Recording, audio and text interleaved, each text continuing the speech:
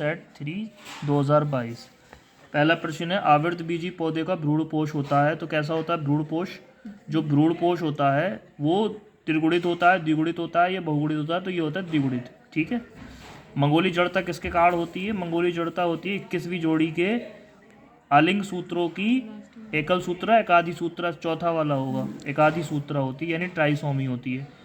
Dengue हड्डी तोड़ बुखार का वाहक है। क्यूलेक्स, एडीज, एनाफिलीज, इनमें से क्यों नहीं कोई नहीं? तो डेंगू का जो कारण है वो एडीज मच्छर है।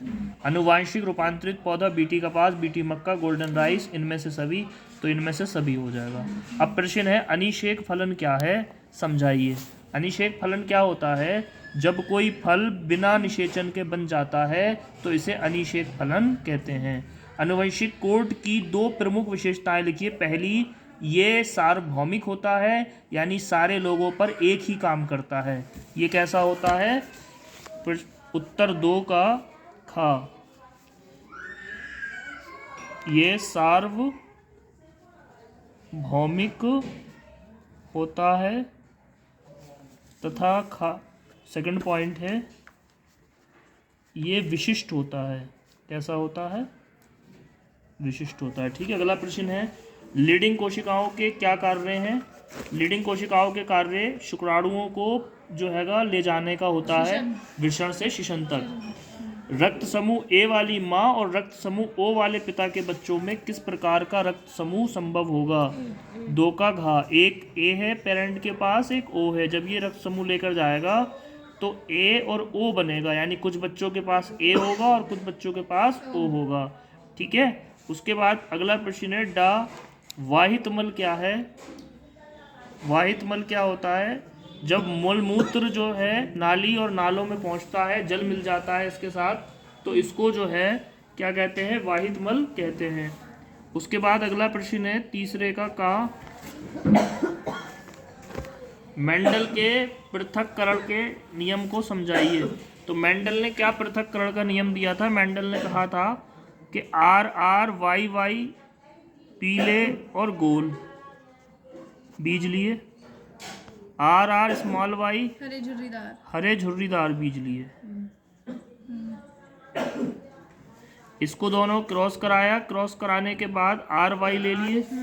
ये पहली पीढ़ी कहलाई, प्रथम पीढ़ी, और इसको क्रॉस पॉलिनेशन कहा उन्होंने। फिर दूसरी पीढ़ी इससे सेल्फ क्रॉस कराया और फिर 9:3:3:1 में पौधे मिले।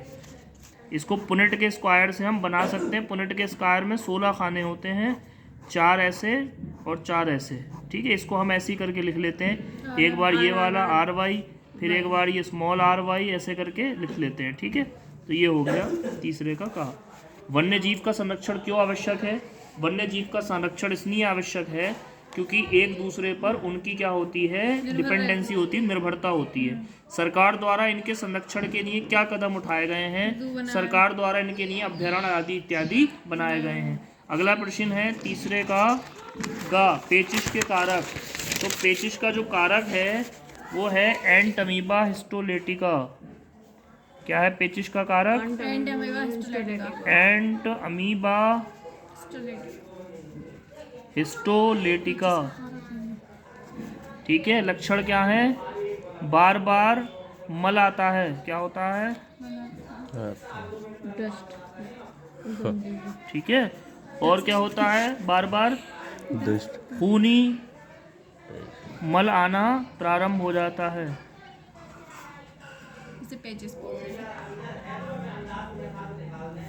ठीक है। उसके बाद 2 उपाय लिखिए। साफ सुथरा खाना खाएं, सफाई का अतिरिक्त वो करें,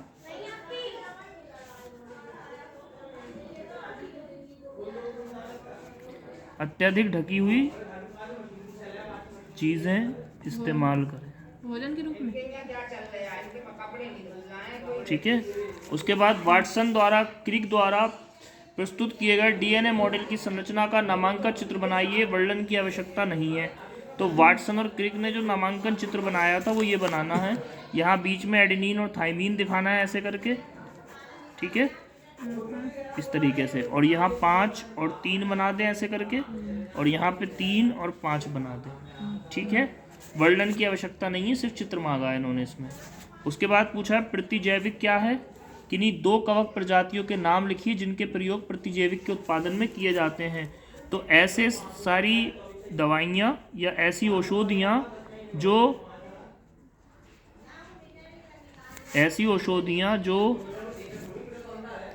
जीवाणु को मारने या नष्ट करने के लिए बनाई गई हैं, उन्हें प्रतिजैविक कहते हैं। ठीक है, जैसे पेनिसिलियम नंबर 1, नंबर 2 एस्परजिलियस नाइजर। ठीक है, उसके बाद अगला प्रश्न है आवर्तबीजी पौधों के द्विनिषेचन की क्रियाविधि का वर्णन कीजिए। इसमें वही लिखना है,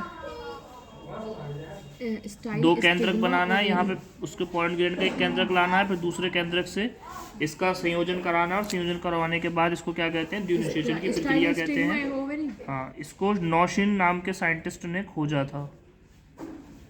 ठीक है, उसके बाद अगला प्रश्न है अनिषेक जनन को परिभाषित कीजिए। जैसे फलों में अनिषेक फलन होता है, ऐसी जंतुओं में अनिषेक जनन होता है। और अनिषेक जनन का कारण है किस किस में होता है, ये होता है मधुमक्खियों में, मधुमक्खी, तुर्की चिड़ियाँ तथा रोटिफर्स। उसके बाद अगला है पैलिड्रोमिक न्यूक्लियोटाइड अनुक्रम को धारण सहित समझाइए, इसका महत्व लिखिए। ये मलायालम शब्द जैसा होता है डीएनए का पैलिड्रोम, मलायालम। मलायालम को जब उल्टा करके लिखेंगे तो भी मलायालम ही लिखा जाएगा। ऐसे ही हमारा डीएनए होता है, 5 से 3 की तरफ को और 3 से 5 की तरफ को। इसका मतलब ये होता है जैसे ATCG यहाँ लिखा है तो TAGC, इसे इधर से लिख लेंगे उठा के तो फिर से यही नियम हो जाएगा CGAT।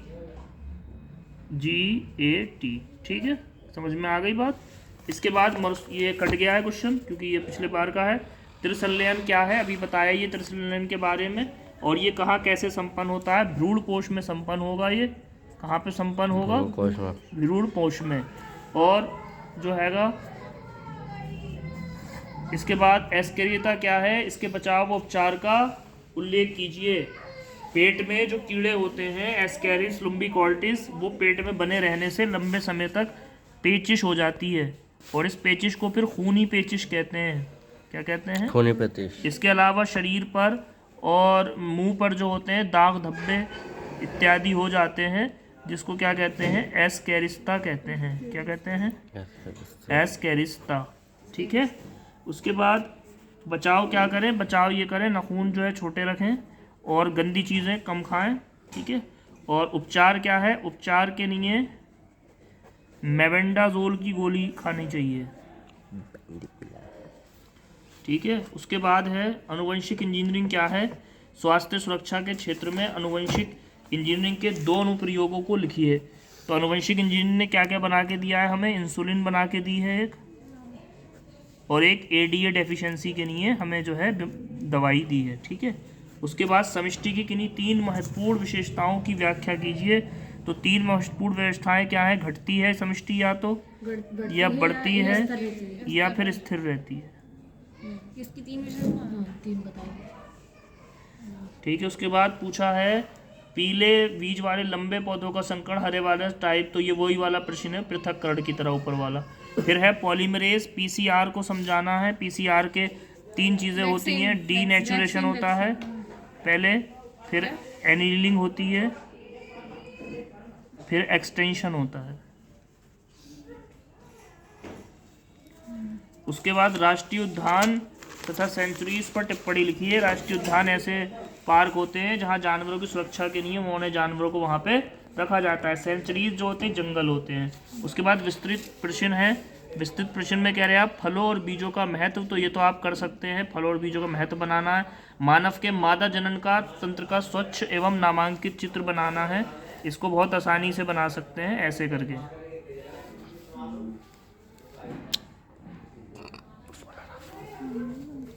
ये हो गया मादा जनन तंत्र, इसे फिम्बरी कहते हैं। बोलो भाई। हमारा आ रहा